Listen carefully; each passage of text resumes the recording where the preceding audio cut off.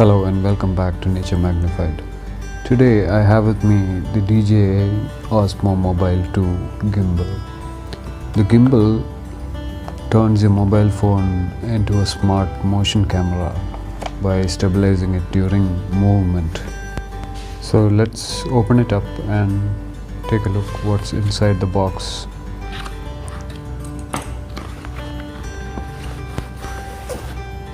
Inside is a nicely padded styrofoam box which holds the gimbal, and you can see the DJI sign embedded on top of it.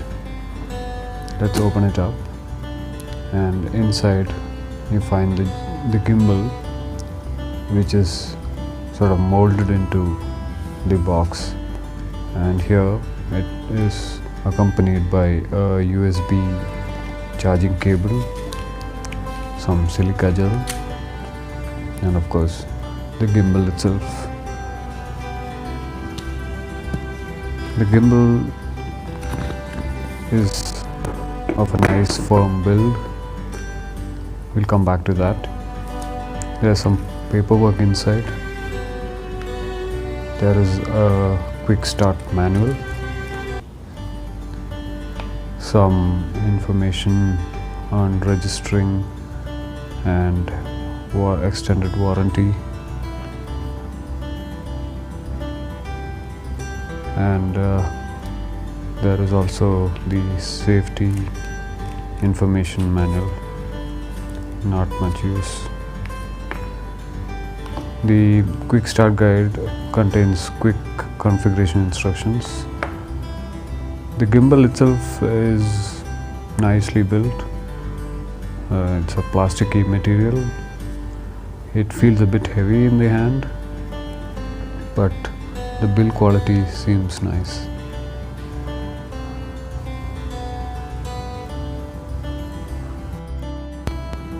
To mount your phone onto the gimbal, there is an adapter, a universal adapter. And this is my Samsung Galaxy Note 4, which is a rather large phone, and you can mount it into the mobile phone adapter like this. And as you can see, there are a couple of notches on either side into which the phone is expected to slot in, but my phone doesn't exactly fit in there. And also there is another notch at the bottom into which the phone needs to slot in. It has to hug the bottom, and once you've done that, your phone is mounted.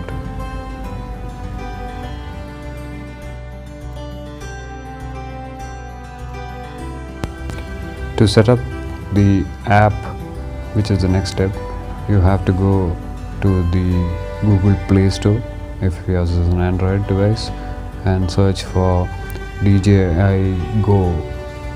And the first app that comes up is not actually the app that you want. There is a DJI Go for products before P4, and that's the app we want to install. So click it and install it.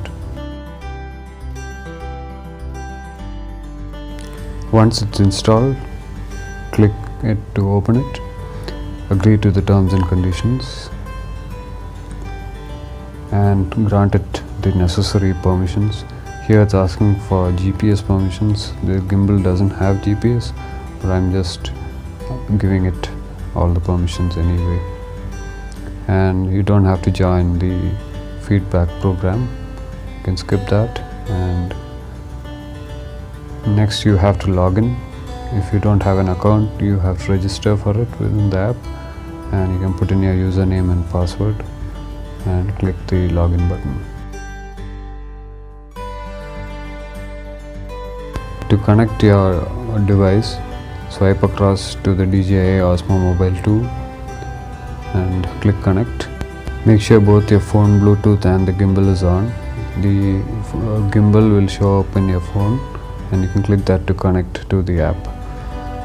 Once you're connected, it will ask for permissions again.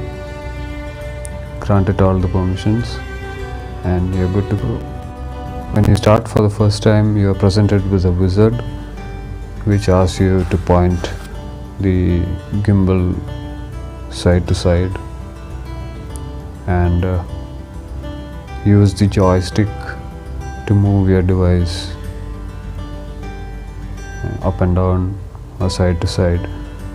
And I was never able to complete the wizard because in the third step it asks you to press the button and rotate your device, and this always results in the gimbal shutting off. Anyway, this is not compulsory. You can skip this wizard and go straight to the app, and here's the app itself. The app interface is pretty intuitive. The camera allows you to take single or panoramic or long exposure shots, and with each having its own set of options, timers, HDR, etc. You can switch between the front and the back camera. You can switch to the gallery to see what you've taken. You can go into the settings to change all the camera settings, the gimbal settings, etc. You can also change the scene modes, the pitch lock, etc. from the camera icon. You can also change the video and camera settings from within the camera icon. Once the app is set up, you have to now level your phone. Once your phone is mounted, you have to use this screw here, loosen it, and then pull the arm out or push it in, and make sure that your phone is level and stays horizontal. You can see here it's almost horizontal. Slight adjustment and now it's perfectly horizontal.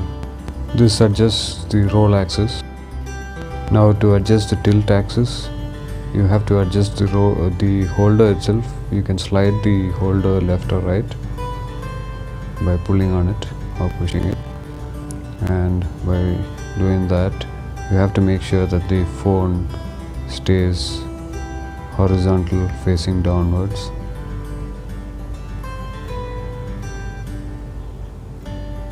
And you have to try and get it as horizontal as possible.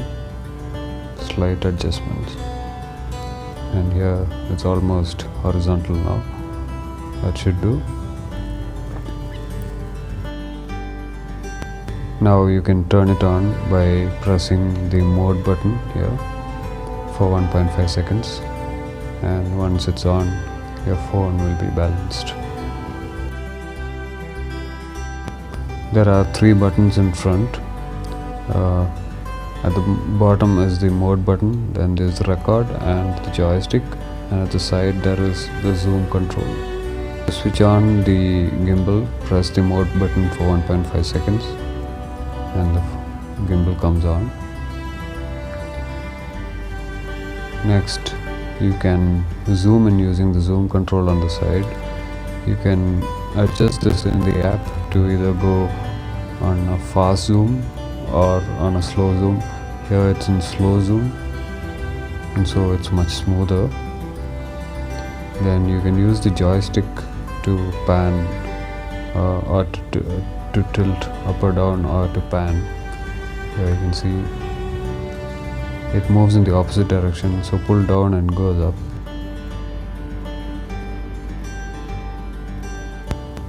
If you press the mode button thrice, it flips to the front camera. And of course, if you press the mode button once, it switches mode to the lock mode, and you can switch back by pressing thrice.